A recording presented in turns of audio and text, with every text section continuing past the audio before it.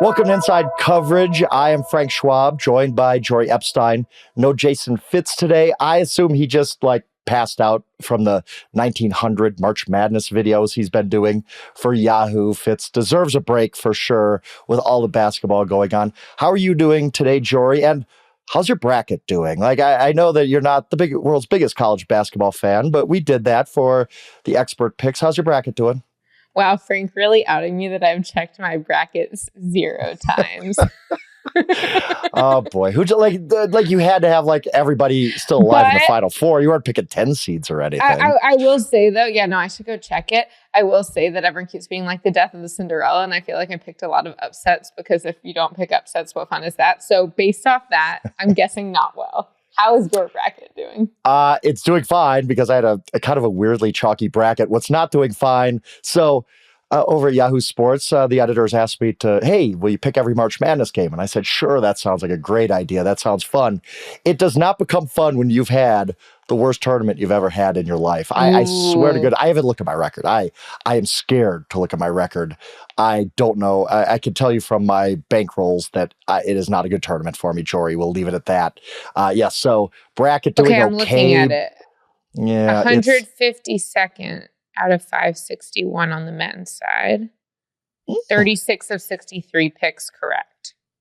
How about you? Do you know where you're at? I do not know. I looked before, and then I was so sick of losing every single game against the spread that I just stopped looking for a time this weekend, Women's especially bracket, after I've got 37 of 63. I think I have USC going a long way, and I know Watkins got hurt last night, so that's bad. And Wisconsin lost on Saturday, which was bad for me. So I don't know. We'll turn it around. A Sweet 16 will be a lot of fun. But we're here to talk about the real March Madness, and that's obviously Aaron Rodgers. No, I'm just kidding. We are going to talk about quarterbacks because, look, we talked about this leading up to free agency. It has really come to pass that the quarterback carousel was going to get weird because there were just more teams in the quarterback market than there were viable players.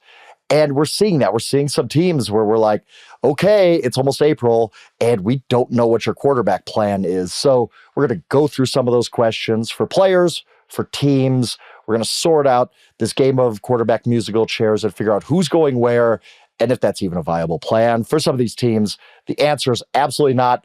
And that leads me to the New York Giants. Look, if you're the New York Giants, if you're a Giants fan, I do. One of my good friends who I was hanging out with last week is a big Giants fan, and we were just riding him mercilessly because it's Jameis Winston, yeah, that's going to get you a ring now. So let's talk about the Giants. They signed Jameis Winston, 2 years, $8 million.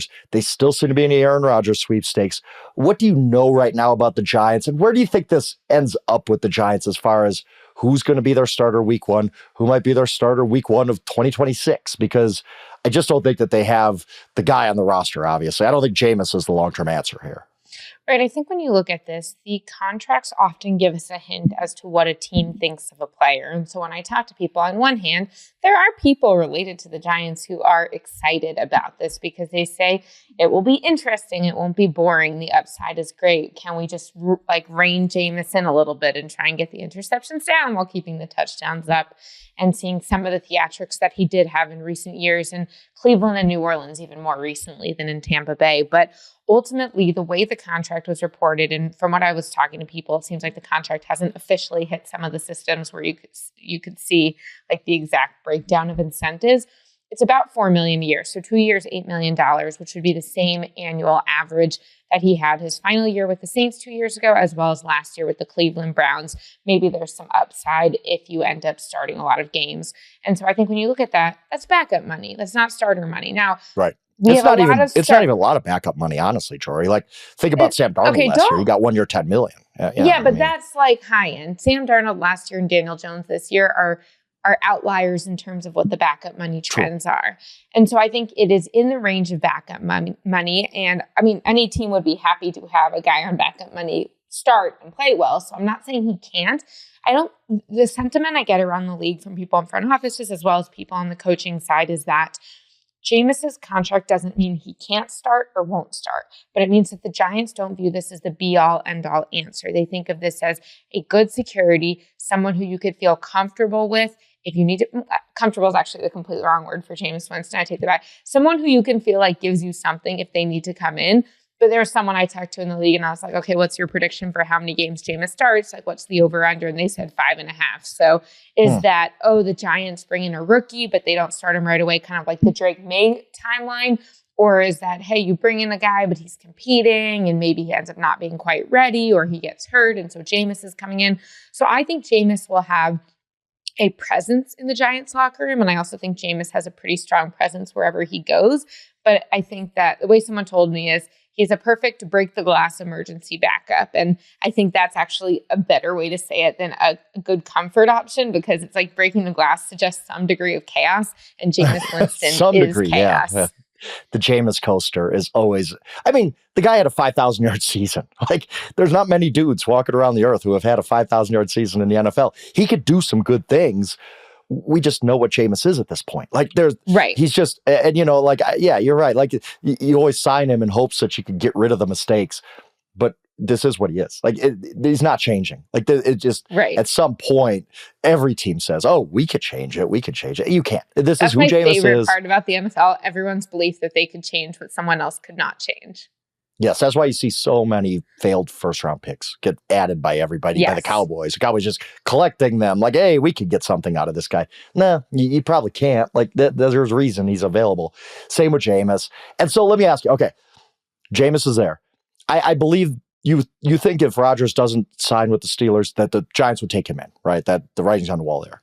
I think the question is, do the Giants want to, or will Aaron Rodgers let them? Do the Giants want Aaron Rodgers? Absolutely. And I don't think that signing Jameis Winston changes that. And I think that's one of the reasons it is interesting to have the money where it is because signing him at that $4 million range does not exclude you or remove you financially from being able to sign Aaron Rodgers. But Aaron Rodgers has to be willing to sign with the Giants. Like, this is a two-way deal. And I think that there are reasons. I mean, again, I think there are people in New York who say, well, clearly Pittsburgh is a better option. We understand their rosters better. We understand they're a more functional and stable organization. We understand that they have more talent to offer him. So why isn't he signing with Pittsburgh already? And there's some element of hope that is hinging on the fact that Aaron Rodgers has not made what seems to be the obvious decision of those two. But I don't know. I mean, again, the Giants have going for them that Aaron Rodgers could live in the same house he lived in with the Jets, which is something. And he can kind of spite the Jets also by being like, I'm playing in the same stadium and I want to prove to you that I still have more that I can. But do you believe that Aaron Rodgers has even a decent, much less good chance of winning a Super Bowl or making a deep playoff run with the current Giants roster? Because I don't. And I do think there's a chance of that with the Steelers. Now, again, I've talked on the show. The Steelers' defense at the end of the 2024 NFL season was concerning, and they lost some of that physical edge that Mike Tomlin's defenses and teams have been known for, and they need to recapture that if they want to make a playoff run this coming year. But I do think that the talent is largely there. They've upgraded with DK Metcalf, especially if they keep George Pickens rather than trading him. He'll have options. I think they understand what they need to do with their offensive line. Najee Harris wasn't a fit toward the end in a lot of ways, and he's no longer there. So I think that coaching staff and that roster just offer you a much better chance. And so Charles Robinson, our colleague, has reported a lot that one of the big reasons why Rodgers is so interested in the Vikings and really wanted to go with the Rams, even if it meant a pay cut, is because he wants to end his career on a higher note and his legacy on a higher note than what he had with the Jets, particularly as it comes to winning games and making deep playoff runs. I mean, we mentioned Jameis in the 5,000-yard season. Aaron Rodgers' goal this year is not a 5,000-yard season. It's to go win playoff games. And I just do not think that the Giants are going to be able to offer him that opportunity. I don't even see how the Giants get out of last place. Think about the NFC West, or the NFC East. They're not passing the Eagles. They're not passing the Commanders. They might pass the Cowboys if that's a disaster, but I think they would need even like Dak Prescott to miss half the season to get out of last place in the NFC East. Rodgers played well late last season, but not four-time MVP Aaron Rodgers. Like, he's not carrying them out of the basement. So I do agree kind of what's the point, but it doesn't seem to be off the table yet. Let me ask you, does signing Jameis mean Russell Wilson's off the table? Because that just seems weird. Like, you got Jameis, just roll with him, right? I just would love to see conversations between Russell Wilson and Jameis Winston because they both have like preacher elements in different ways. I mean, to me, the most fascinating element of the Russell Wilson remaining sweepstakes is if he actually ends up going to Pittsburgh again because they just really don't have another option. And I don't mean that as an insult to Russell Wilson. I mean that to say, I know, again, C-Rob has reported Pittsburgh's lack of interest in Russell Wilson. I think all you need to know is they haven't signed him. Like, Pittsburgh needs a quarterback. Russell Wilson needs a team. They've already worked together, and neither of them have bit. Now, could you be saying that, well, Pittsburgh wants $3 million per year and Russell Wilson wants $15 million per year? Money could be an element, and I don't think we can overstate that. But I also think when you look at how the year ended and when you look at what we've heard about the differences in terms of what Mike Tomlin wanted at the quarterback position last year in Pittsburgh compared with Arthur Smith and the rest of that staff, I do think that there has been enough. It's rare we see a stalemate go on this long and then the team be like, no, we wanted Russell all along. What I would say is working in the Steelers and Russell Wilson's favor, if that ends up being each of their best options, is that I worked with Russell and his family on a story last year about his idea of getting to neutral. And his idea was like, people think Russell Wilson has this like toxic positivity. And he's like, I'm actually not trying to be positive. I'm just trying to not overly focus on the negative, which comes off to people as being overly positive, because I believe that like neutral thinking and just assessing the reality of what something is going to allow me to make the clearest decisions as opposed to being like, here's what the negative is. So I do think that while a lot of quarterbacks would fixate on the fact that like Aaron Rodgers would not go back to a team in the situation that like if Aaron Rodgers were in Russell Wilson's current situation, I do not think he would sign back with the Steelers because he would feel too slighted and he would have too much of an ego to say, no, I'm coming back. Like, if you didn't want me then, you don't want me now. If you didn't want to pay me what I think I'm worth or give me this opportunity or bring Alan Lazard with me, I'm not coming to you. Russell Wilson does not operate from that place. And I think that there has been some humbling experiences he's had in recent years, both from his injury standpoint and from what happened in Denver. And I do think that he would be able to put that past him. Now, is it the best recipe they have? I don't think it's what the Steelers want. But I do think that signing Russell Wilson is better than trying to draft someone back with the first round and make it work, because that's how the Steelers ended up in this situation in the first place, by drafting Kenny Pickett because they wanted a quarterback in a weak quarterback class. And so they're like, we're just going to take the best guy available. Well, now you're taking at best, the third best quarterback in a weak quarterback class. So I think you are setting yourself up for multi-year failure. Whereas Russell Wilson, you say, okay, he's already played with DK. They understand each other. He did have some success last year. He's maybe not going to have the ceiling you're looking for, but it should be a pretty high floor. And I just think you're going to see teams put multiple chips on the table. You're going to, the Pittsburgh Steelers end up re-signing Russell Wilson and also drafting Jackson Dart or what? Like, I don't think you just say we're done. So this brings me back to the Giants, because I can see a scenario where they sign somebody, let's say Aaron Rodgers, just to put that out there. So they have Aaron Rodgers and Jameis Winston, but also chase the first pick. I just say, okay, we're paying Jameis Winston $4 million to be our third quarterback, whatever. We had to do it at the time. Aaron Rodgers was keeping everybody, on a string to see what he was going to do. Could you see that? Could you see them tripling up at the position? I can, because we know Aaron Rodgers ain't the answer. We know Russell Wilson wouldn't be the answer as far as beyond this year. Right. Jameis is just Jameis. I'd still be like, no, we're still trying to get Cam Ward number one or whatever, wherever they're trying to go with the quarterback position. There's two elements here. The reason that I would believe this could happen is because a year ago, we wouldn't have thought that a team would pay Kirk Cousins $100 million and also draft Michael Penix Jr. with the 8th overall pick. So if they are willing to do this because they said quarterback is so fundamentally important to get right, we are going to take multiple shots and spend significant pricey capital to do so, why not the Giants?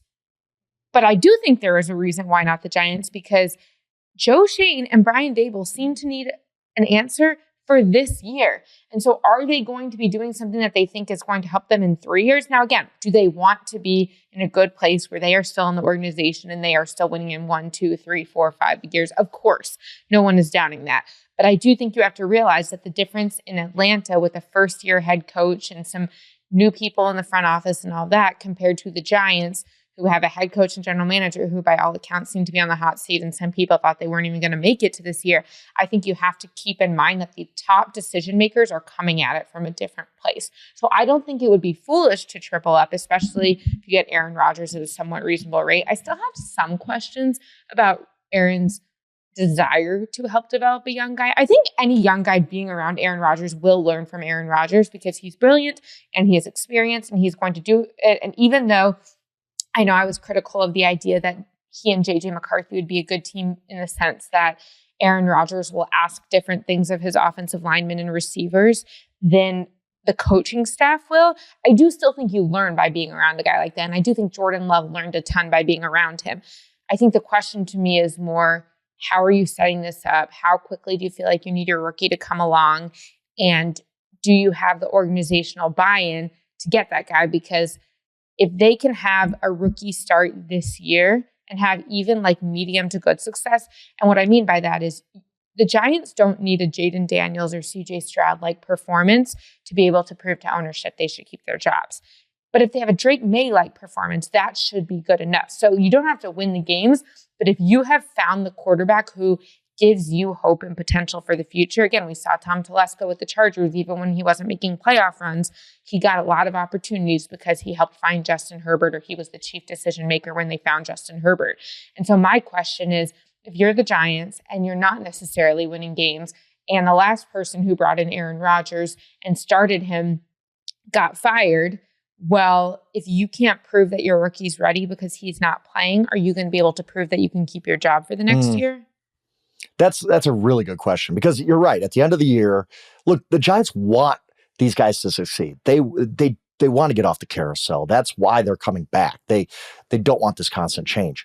So if those two guys, Shane and Daboll, can just sell progress. Look, we had whoever it is, Jalen Milroe. He played great in the second half of the season. Whoever it's going to be for them, I think that would be huge. And that does, you're going to bench Aaron Rodgers in week 10. Like, is he signing up for that? Like, it gets very complicated. I just think NFL teams should think about this more often. Just do whatever.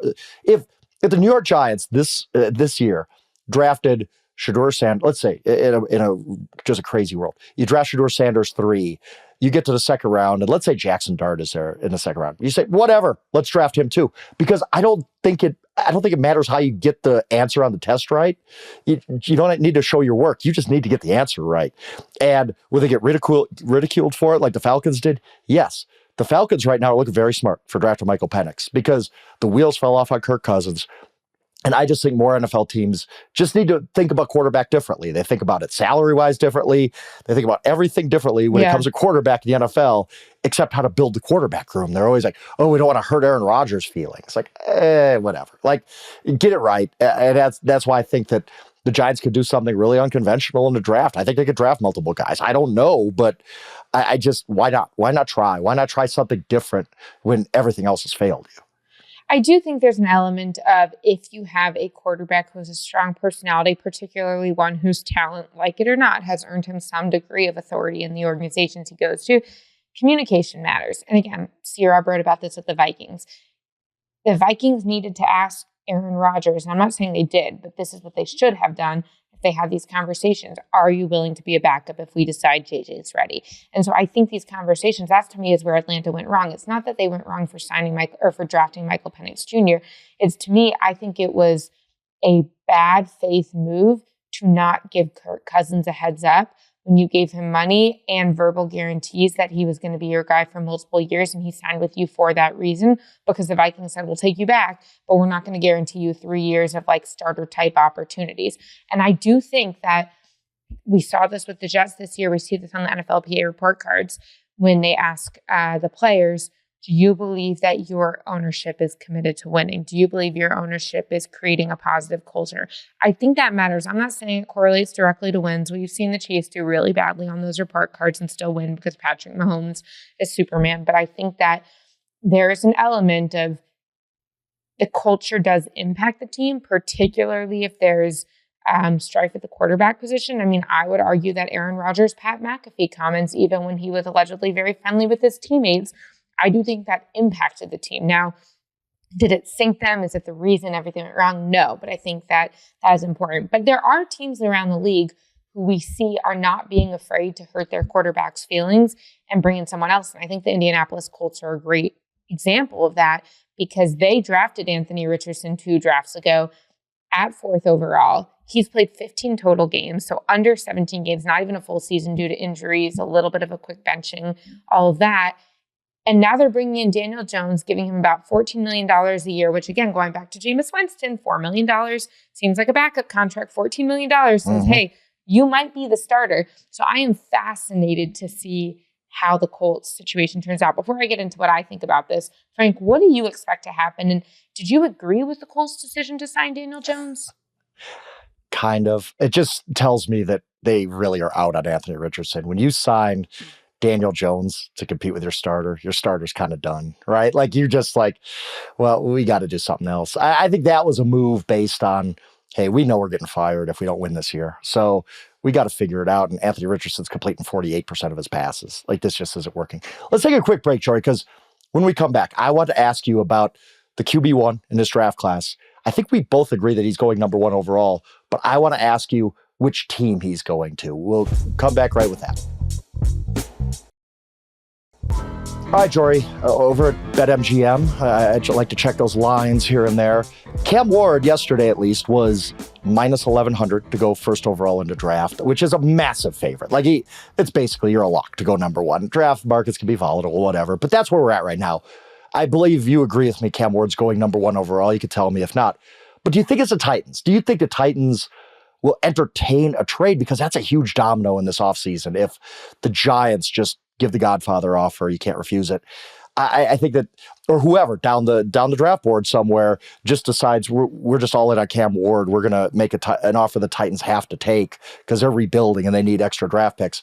Do you think it's just the Titans? Because to be honest, the Titans have given no indication they're doing anything but drafting Cam Ward. Yesterday, they went to go see him work out at Pro Day. I like Cam Ward's quote that he said, hey, I'm solidifying it today to the Titans brass. I like that kind of confidence in the kid. I think the Titans probably like that too. But do we think this is a slam dunk that Cam Ward goes to the Titans, or might there be another team to slide in there?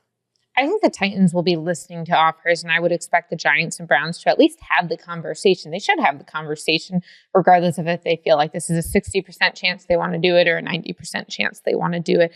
But I think ultimately, I mean, our colleague Charles Robinson reported that he has sources telling him that the Titans are out on Will Levis as a starter for this year.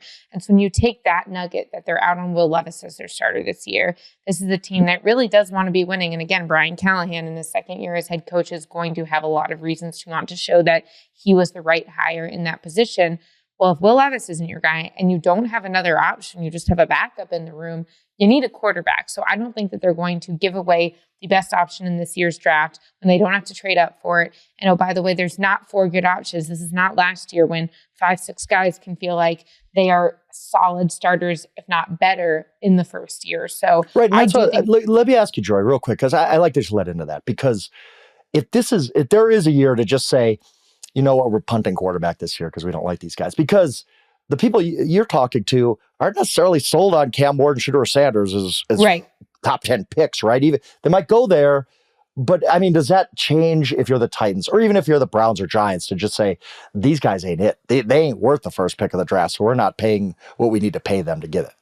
No, I am glad you asked me that because I talked to multiple scouts about this, and I like to ask the scouts, not where do you think they'll go, but also what grade would you put on them? What round draft? And so it's funny, I was talking to a scout yesterday, and they were basically like, look, I translate my grades for you guys to rounds, even though like it's all of their lingo. But I've had one scout from one team tell me that they would have second round grades from an NFC talent evaluator told me that they had second round grades on both Cam Ward and Shedeur Sanders, and I had an AFC talent evaluator who told me it would be a second round grade on Cam Ward and a fourth round grade on Shedeur Sanders. So that's pretty significantly different from where they're going to be drafted. Now, that same evaluator said, one, that they weren't predicting that's where those quarterbacks would go.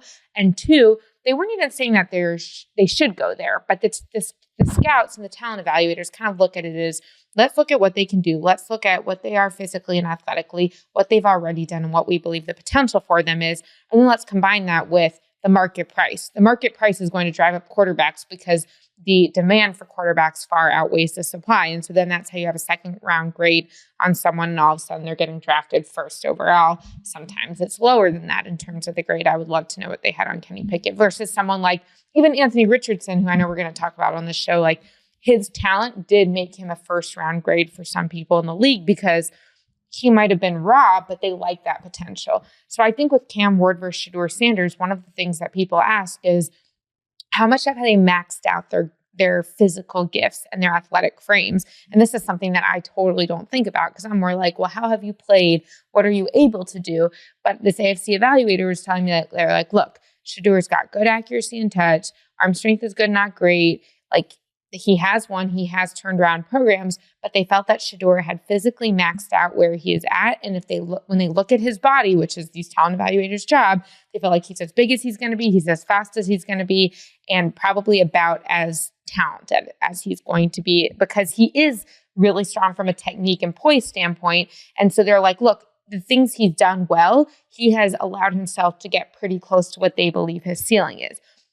In comparison, Cam Ward, people do not feel like he's at his ceiling yet. They feel like he's great off script. He's super athletically talented. He has been able to win at a series of programs. And I asked someone, do you view it as a knock or as a pro that he had success at different places? Because it's kind of interesting to me when you're transferring, like, guys evaluate you differently, or scouts, I should say, not just guys, because, well, maybe it's not the same area scout who's evaluating you for 3-4 years because you're at a different school every year. And oh, by the way, a lot of scouting involves talking to the people in the building to try and understand the things that you wouldn't see on tape.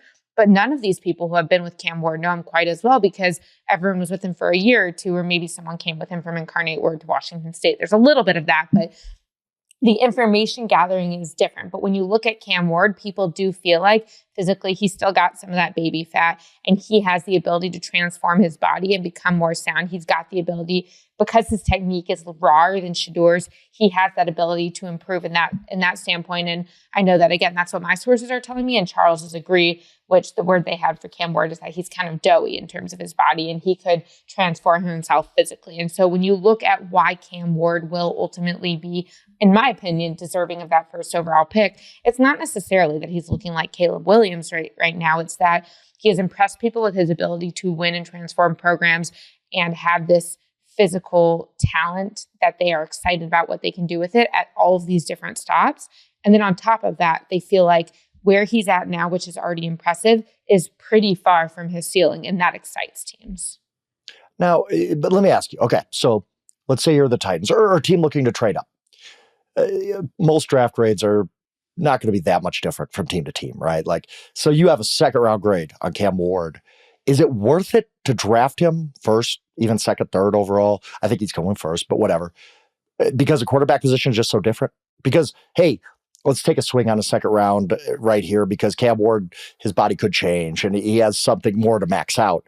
Or do you think that's just a mistake? Are we just going down Kenny Pickett Street again? Like, we see this happen all the time where guys get overdrafted because the quarterback class is really EJ Manuel back in the day or whatever example you want to give.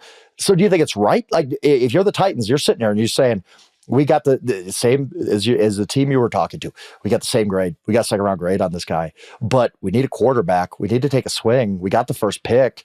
He does have some upside. I mean, what would you do with that pick? I mean, given that scenario.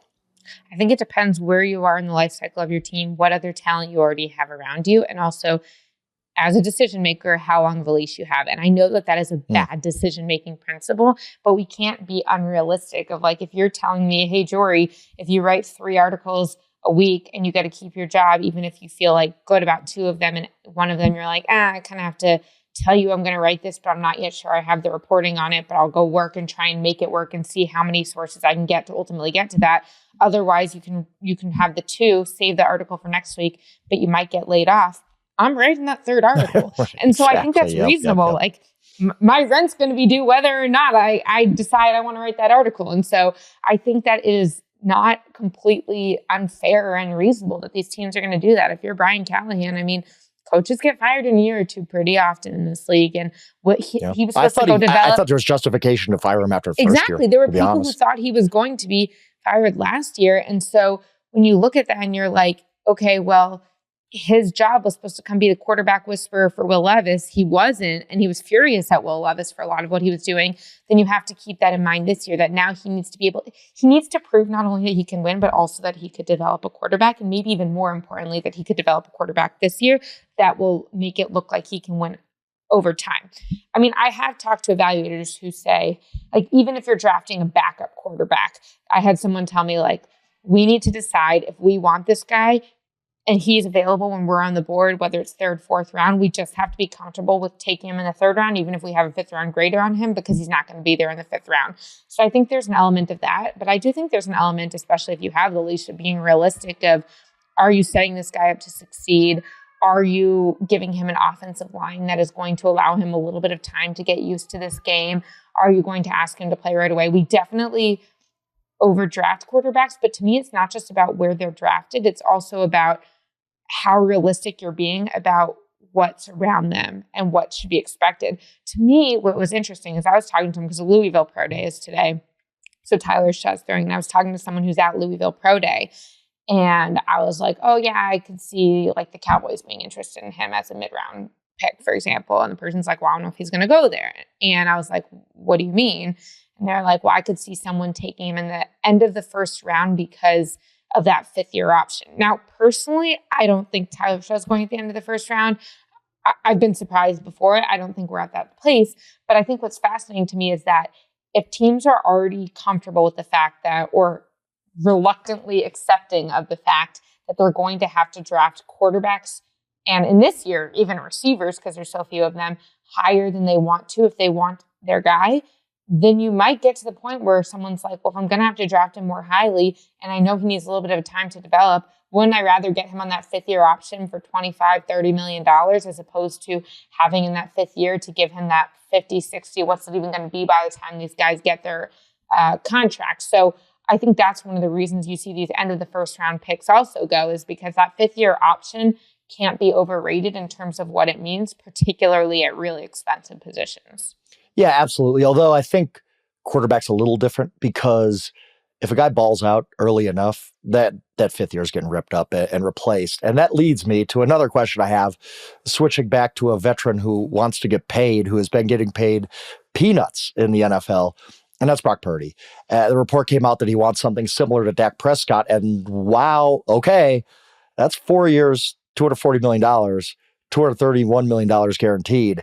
Maybe he's not asking for quite that, but if he's even in that neighborhood, wow. Is that something the 49ers should be doing? Is that smart business for the 49ers? I think we all know they're doing it, but I don't know. I've been on the record before saying I just would not pay Brock Purdy that much money. I would trust Kyle Shanahan to find my next Brock Purdy before paying him that. But where are you at with Brock Purdy? Justifiably, by the way, asking for Dak Prescott money. Do you think you would trust Kyle Shanahan to find the next Brock Purdy? Yes. Why? I think he's the cheat code. I think Kyle Shanahan's a cheat code. And I get, and people will always be like, oh, he didn't make anything happen out of this guy or that guy. I'm not saying every single quarterback who walks in the door, he's going to turn into Brock Purdy, but I think he can do more with these mid-round guys we talk about. If the San Francisco 49ers were to invest in a second-round quarterback this year, I would trust the 49ers to develop him way more than I would the Raiders, the Giants, the Titans, whatever. I think Kyle Shanahan can not take every quarterback off the street and make him into a star, but I think that Kyle Shanahan can do more with quarterbacks than most coaches can. I totally disagree, but I'm so glad that you bring this up, because to me, I think there's a big difference between offensive coaches who can play call the heck out of a game, scheme the heck out of a player, like all of that type of stuff, and guys who can identify talent, evaluate it, and develop it at the quarterback position. And I think very highly of Sean McVay and Kyle Shanahan as offensive coaches. I think both of them are far superior in their ability to scheme and play call with quarterbacks who fit what they're looking for than they are to evaluate guys, because neither one of them has shown us the ability to evaluate a guy in the draft and make him great. Brock Purdy, the 49ers lucked into. They drafted him in the 7th round. It's the same thing with the Rams and Puka Nacua. If they believed that he was going to be what he was, they would not have risked other teams taking him for 250 plus picks. If Kyle Shanahan was able to take the quarterbacks he believed had the most talent and develop them into the best players, Trey Lance would still be on that team. And he's not on any team because Kyle Shanahan missed on him. And oh, by the way, He didn't just draft him in the first round. He traded up to do so. Yep. And so I actually have a lot of questions about Kyle Shanahan's ability to find Brock Purdy's replacement because he has not found that. Again, Jimmy Garoppolo, not someone they drafted, someone they traded to. And I'm not saying that if you get the right guy in the building, Kyle Shanahan won't elevate him. But Jimmy's my perfect example. It's not really even Brock Purdy. Jimmy Garoppolo has had success. He didn't identify him. No, yeah, he fell in his lap because Belichick was mad at Robert Kraft. Right. And that was a second-round pick who fell into his lap, and he already had some degree. I think that Kyle Shanahan and Sean McVay operate such sophisticated and complicated systems that they're not really set up for anyone to succeed at the beginning of their career. Brock Purdy defied that. But I think that that's why Sean McVay is like, no, I'm going to go get Matthew Stafford because even Jared Goff can't do what I want to do. Like, I know exactly what I want, and I want to have already seen someone prove that they could do it and then just go play call with them. So I have a lot of questions about that. And so I think that if Brock Purdy is able to do that, you pay him the money. I also think, again... Well, that's the thing. Okay, real quick. No, I wanted to stop there. He comes to the table. His agent comes to the table. It says, Dak Prescott, 4 years, $240 million. That's what we want. 49ers say yes? So here's what you have to remember. Dak Prescott did this when he had already been franchise tagged and he had burned 2 franchise tags maybe after, and he had a no trade and a no tag clause. That's what it was. He couldn't be tagged again, so he would literally walk if not, and he couldn't be traded. And oh, by the way, they'd already paid him out. So Dak Prescott had unique leverage because of how he had played out his previous contract negotiations. The reason that 49ers will have some degree of ability to say that, no, we're not giving you that contract if we don't want to, is because he hasn't played out those options and they still have him under control. Now, they don't have the 5th-year option because he was drafted in the 7th round out of the 1st round, but they do have franchise tags to use, which is not a bad option at this point. So and they have Brock Purdy's rights. And so I think that's more where he might not get it. But I think if I were them, I think what you kind of get to is you basically say, we'll give you $60 million a year over the course of 6 years, but we can cut you after 3 years. Like, you basically get more flexibility because and so then if it ends up working and if Brock Purdy's your quarterback in 6 years, well, as crazy as it sounds, $60 million is going to be a bargain by then. I mean, we're starting to see this some of Josh Allen. But even what Josh Allen did in terms of the way he negotiates is Josh Allen has helped out the Bills by saying, I'm going to get money, but one, I'm going to give it to you over the course of 6-year deals, which teams love 6-year deals as opposed to 3, 4, 5-year deals because you have more ability to navigate all of the contracts and build the team around you. And 2, the guarantees. Dak Prescott has like a 96% guaranteed contract on his current contract because of the leverage he has. Josh Allen's is something like 76%. So I think that the Niners end up ultimately giving Brock Purdy something where the average annual per year of new money on the deal, so not the average with the existing money, is close to Dak Prescott, but there's a longer deal, more flexibility, and fewer guarantees. So if they want to cut him in 2 to 3 years, they have more ability to do that than the Cowboys do with Dak Prescott from how much dead money is left. Very fair, very fair. I just think that if we all talk about this, we all agree upon it. I mean, I don't think there's any dissenters here that the biggest advantage any team can have in sports, I think in any major league, is a good quarterback on his rookie deal. And nobody leverages that. They just all pay the guy.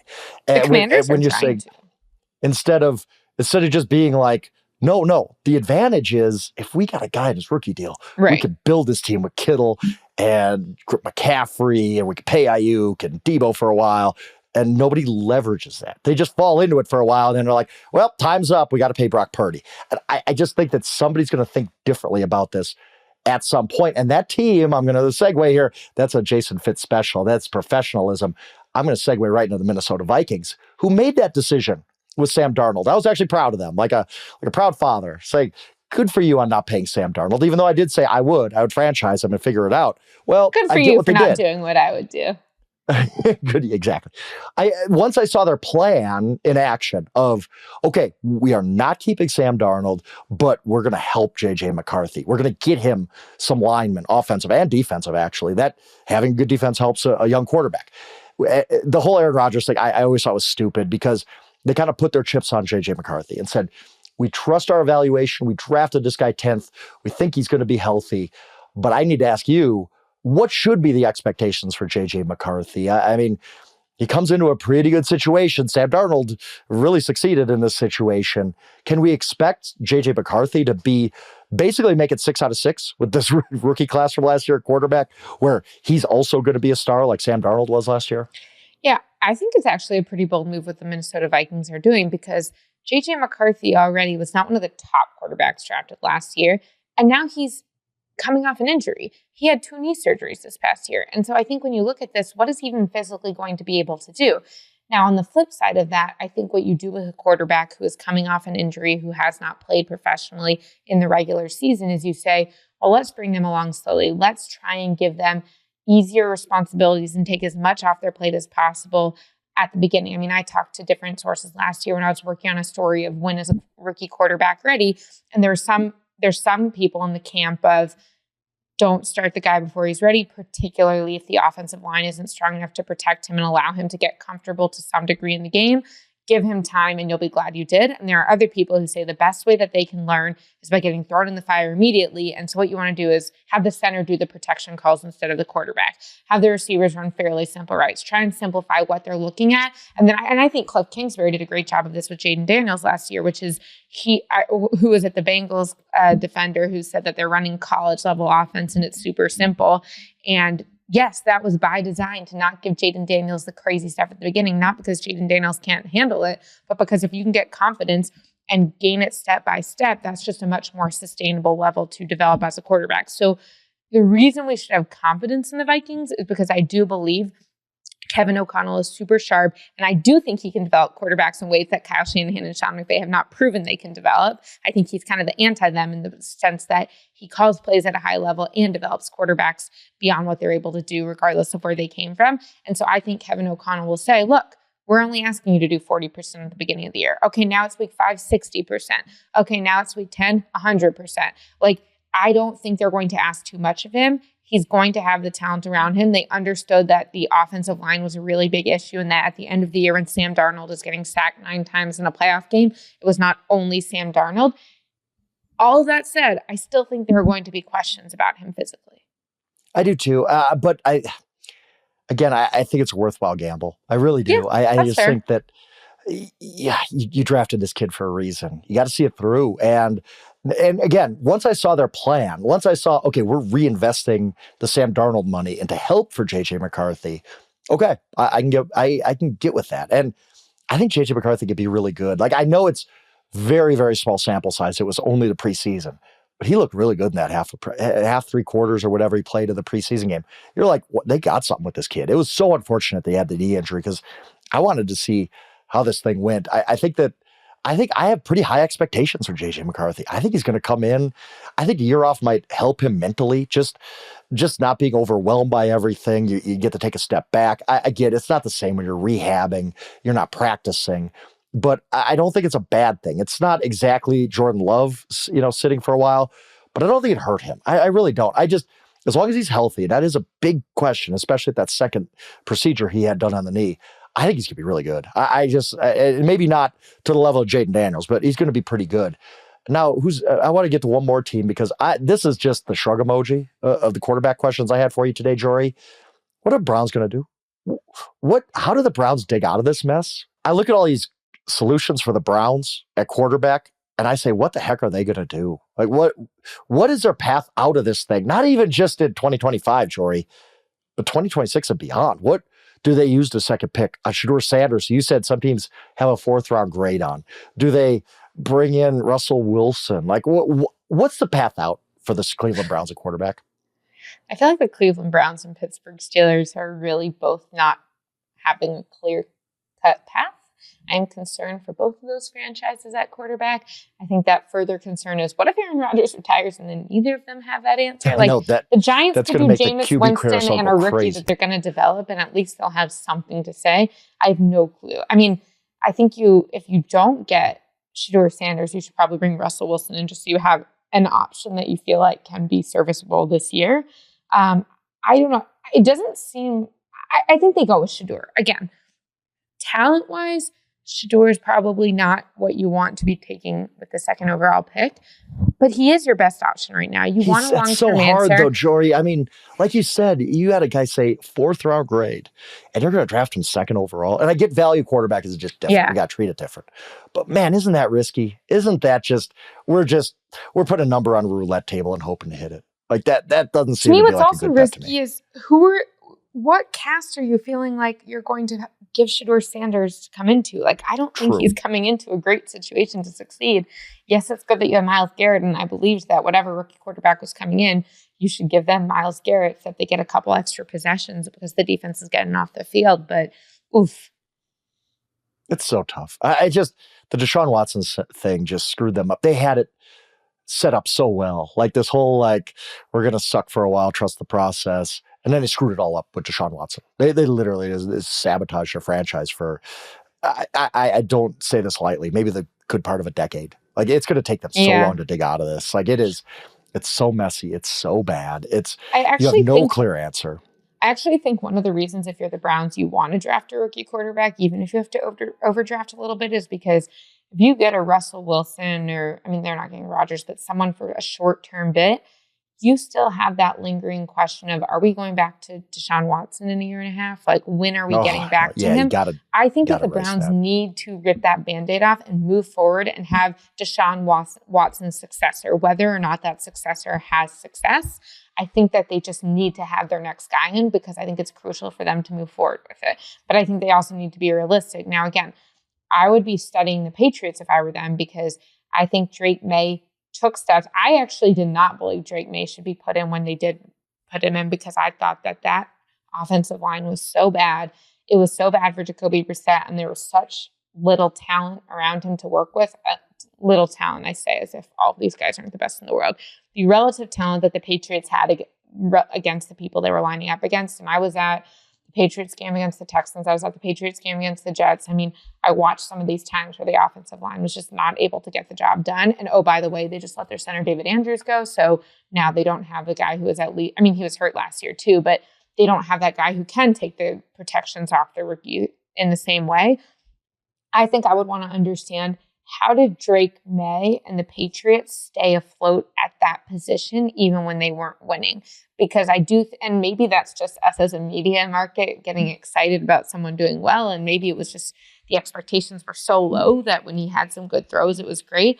But if the Browns could have a Drake May year, I think that will set them up really well to the following year, get more of that talent and then actually be a competitive team. And their defense is only 2 years removed from being the best defense in the league. Being really good. So I don't think that it's unrealistic to think that the Browns defense could get back. And then you just need the rookie quarterback to not mess it up.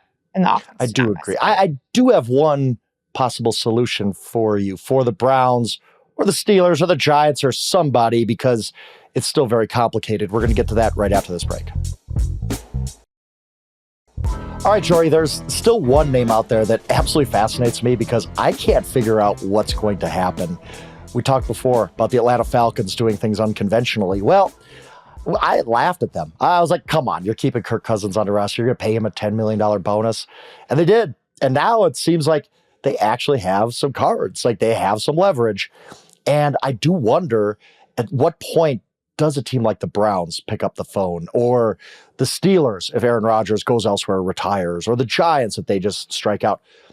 The question, the Falcons can't cut Kirk Cousins. Like, Arthur Blank has a lot of money. He's not paying a $10 million bonus and cutting that quarterback. Like, that option's out of the table. So where does Kirk Cousins play next year? Is he really going to be the Falcons' backup quarterback? As much as I say do things unconventionally in the NFL, I think that's a little toxic to keep him around behind Michael Penix, because you know what's going to happen if Penix struggles in September. Where does he go, though? Which of these teams says, hey, we're going to pick up the phone and say, what do you want, Falcons? Because we're willing to make a trade for Kirk Cousins, who, by the way, has a no-trade clause contract. But he did say, I like this. I thought this was very smart of Kirk to leak this out there. He would consider waiving his no-trade clause after the draft. He doesn't want to get stuck in another Penix situation. Yeah. So maybe that takes the Browns off the table for him if they do draft Shador or somebody in the second round. Where do you think Kirk Cousins plays next year? Because it is mind-blowing to think that the Falcons could have a, $45 million, $50 million backup, whatever Kirk Cousins is going to make this year. The wild part of this is that the longer this goes on, the more I think that Kirk Cousins is going to be at the Falcons. A couple of months ago, I was like, why are we still calling the Kirk Cousins contract a $100 million contract? This is a $90 million contract. They're going to cut him by the league year. Like, this is not going to happen.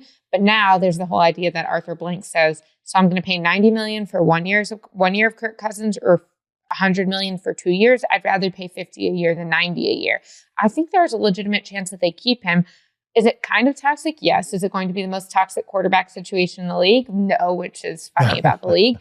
And also, Kirk Cousins doesn't have like a history of being toxic. Like, he's not going on the Pat McAfee show to talk about this. He's not going to be the person who's asking. I mean, I could go through a lot of the toxic situations. I don't think it's in anyone's best interest, and it's not kind of how my style prefers to be. But I do think that there is a chance. Also, Michael Penix Jr. is still pretty unproven. He's done very little at the pro level. And he has an injury history. I mean, in Indiana, he got injured a lot. And so you might have him need to miss some games this year. Well, if you feel like you have the team, do you really want to not have the backup when you're going to be paying a lot anyway? I do agree that the Falcons have good leverage. And it's kind of interesting when you think about, everyone felt like it was a stupid decision for them to get both quarterbacks last year, but kind of like the Tom Brady, Jimmy Garoppolo situation.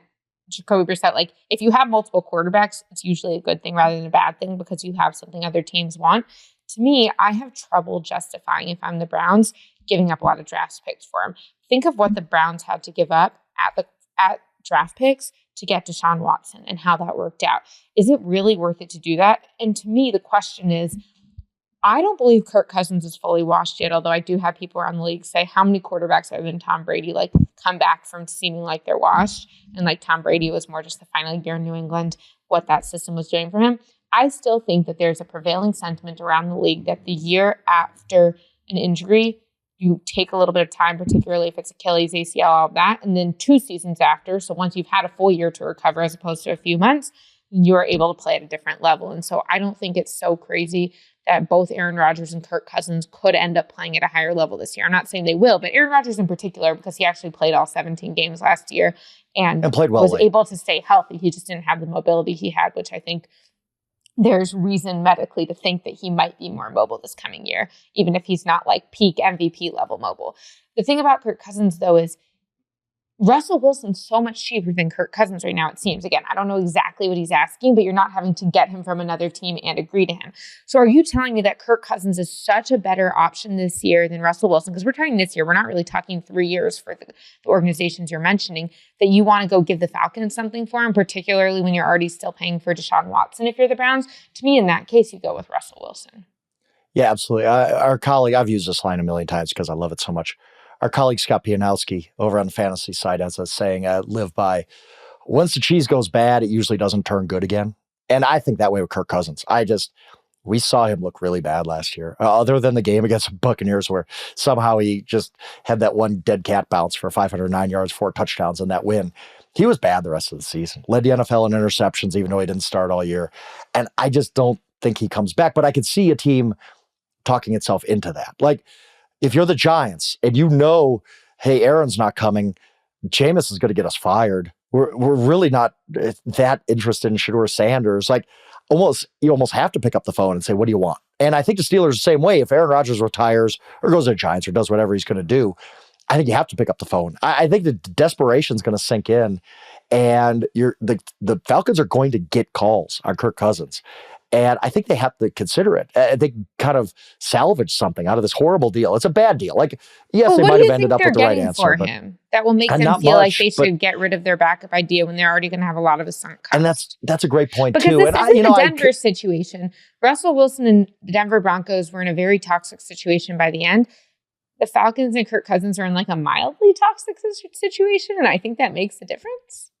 And I just, when it comes to Penix, and you made a great point about his injury history. And I'll be honest, I kind of forgot about that because it's been a year removed, but that was a big question about him in the draft, right? He's had all these injuries, and that is a big part because we do sometimes just undervalue backup quarterback. I don't think it matters, but it does come into play a lot of times. And it's a difference between making the playoffs or not making the playoffs. And Kirk can obviously go in there and be a reasonable quarterback still. He's not Kirk Cousins of a couple of years ago, but he's not awful yet. He can still win you some games and be a competent NFL quarterback. But when it comes to Penix, I just worry about the whole all right, he's not hurt, but we're 3 games into it. He has 4 touchdowns, 4 interceptions, and everybody in Atlanta is saying, well, we still have Kirk Cousins. We're paying him $50 million a year. Why don't we try him? I think that's bad for development of your young quarterback who did show a lot of promise last year, but I get it too. I get that they're looking at this differently and saying, yeah, we're paying this much for Kirk Cousins as our backup. So what? We're paying peanuts for Michael Penix, and it all comes out in a wash at the end. So I get that point. But don't you think, would you take a mid-round pick for Kirk Cousins if you're the Falcons? Because I do think at some point the Steelers, Giants, somebody's going to call, or even a team that loses a guy in September. Let's say J.J. McCarthy goes down in September and they really haven't backed him up well. Maybe the Vikings make that call. You think if Kirk Cousins is going back to the Vikings? Oh, that'd be crazy, right? That'd be awesome. There's so many reasons why it makes sense, and I don't think that it's going to happen from a interpersonal dynamic standpoint. I don't either. But don't you, if you're the Falcons, would you trade it for a mid-round pick if you can get it? During the season, yes. Right now, no. It makes sense. I'm just fascinated by this because I can't figure out kind of the solution, right? I can't figure out how does this play out. does not want to pay $100 million and then get a draft pick back for 1 year of Kirk Cousins. A lot of this is sunk cost. I do think a lot of this is sunk cost. But I think he believes that he'll get more value out of him this year. I do think he believes that. Whether he's right or not is another case. But do you think Michael Penix is going to start 17 games this year? I want to say yes. I think performance-wise, yes. It's just injury. I think Penix is really good. Injuries are real, and injuries happen a lot, especially with him. Level.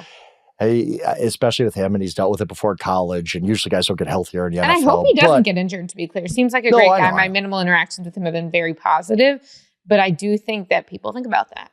Unless you're the Cowboys and you don't think about that, and you let Cooper Rush go to the Baltimore Ravens, but that is another situation.